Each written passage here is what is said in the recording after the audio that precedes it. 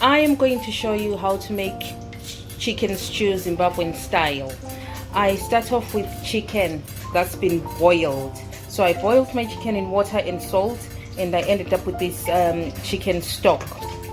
I have got a frying pan. I've put some olive oil in there, and I'm just waiting for it to heat up. Right, I've got a couple of onions in here. That's 2 onions, and I've got 3 cloves of garlic. So I'll be blending that because I don't like chopping onion because of the side effects, tears, blah blah blah. Right, I have then got some passata. I have got curry powder. You can use any brand that you like. I like this one. It's a South African brand. You can find it in African shops. And I've got good old oxo cubes. This is the chicken one. So my oil is nice and hot. So this is my boiled chicken stock. So I've boiled the chicken in water and salt. So I'm now going to fry the chicken.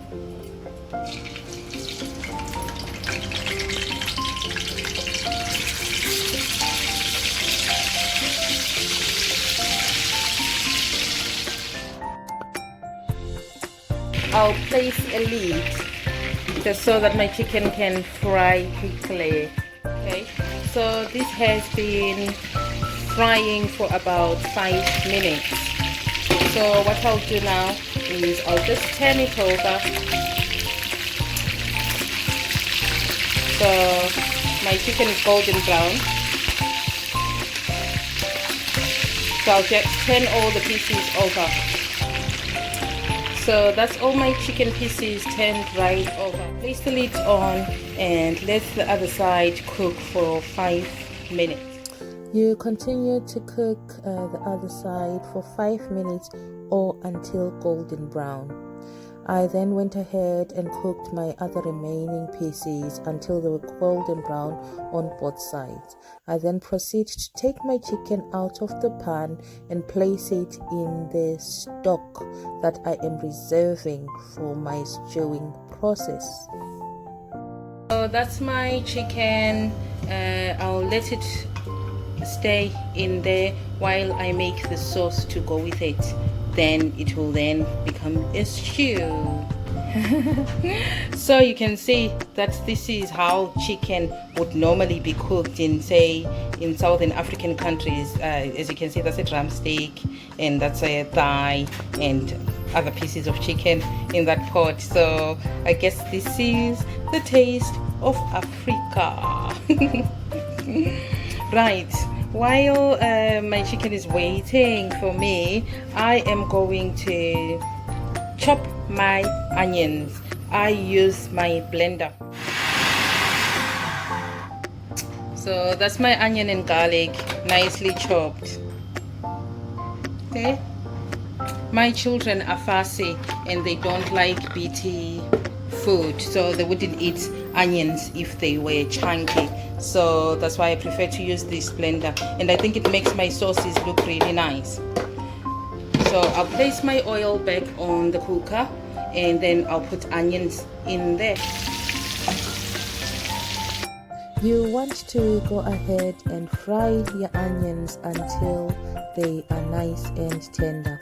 I am scraping chicken bits that have been stuck on the bottom of the pan, and just scraping any stuck on bits that improves the flavor.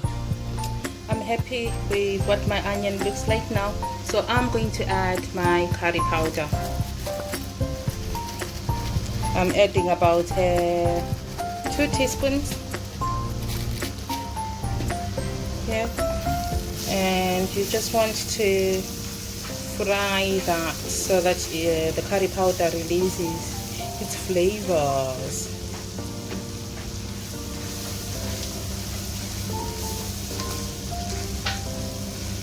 So you let that fry for a bit.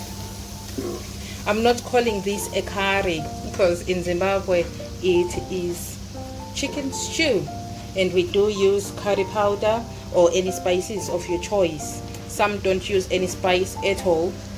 I sometimes don't use any spice at all. My children like natural flavors, so they are not big on spices. So I have to keep my spices basic and use what they're used to. So they're used to this curry powder and they'll be fine with it. Once the onions are cooked and are a nice color, you go ahead and add passata. I am adding about 150 grams of passata. The trick to this stew is cooking your passata down. You want the passata to reduce. So I place the lid on the pan and let the passata reduce. I end up with this thick sauce. I'm not happy with the thickness still, so I let it reduce more while I do this. Poultry cake. I know. Okay, the passata is reduced a bit more, so I am adding 2 oxo cubes. I'm using chicken oxo cubes, chicken flavored oxo cubes. So that's 2 oxo cubes. So I stir that in and I let it cook for a couple of minutes more while stirring and scraping all the flavors that are stuck to the bottom of the pan. I then grab my chicken that's been patiently waiting for me. I then place that in the pan. I add the stock, the chicken stock, as well as the chicken to the pan, and then I just stir the stew. Just gently stir the stew. You do not want to break your chicken. You don't want your chicken to fall apart. The chicken is holding up well at this stage. Yeah, look at that. That looks gorgeous. You then want to let this simmer for about 5 minutes. So that's my chicken all simmered, and I've placed it to the side while I dish up. So I've dished up. I am having mine with mashed cauliflower while my family is having theirs with rice.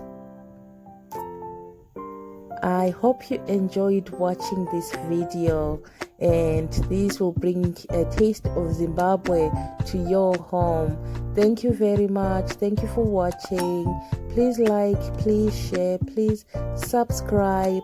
Remember, Zimbabwean lives matter.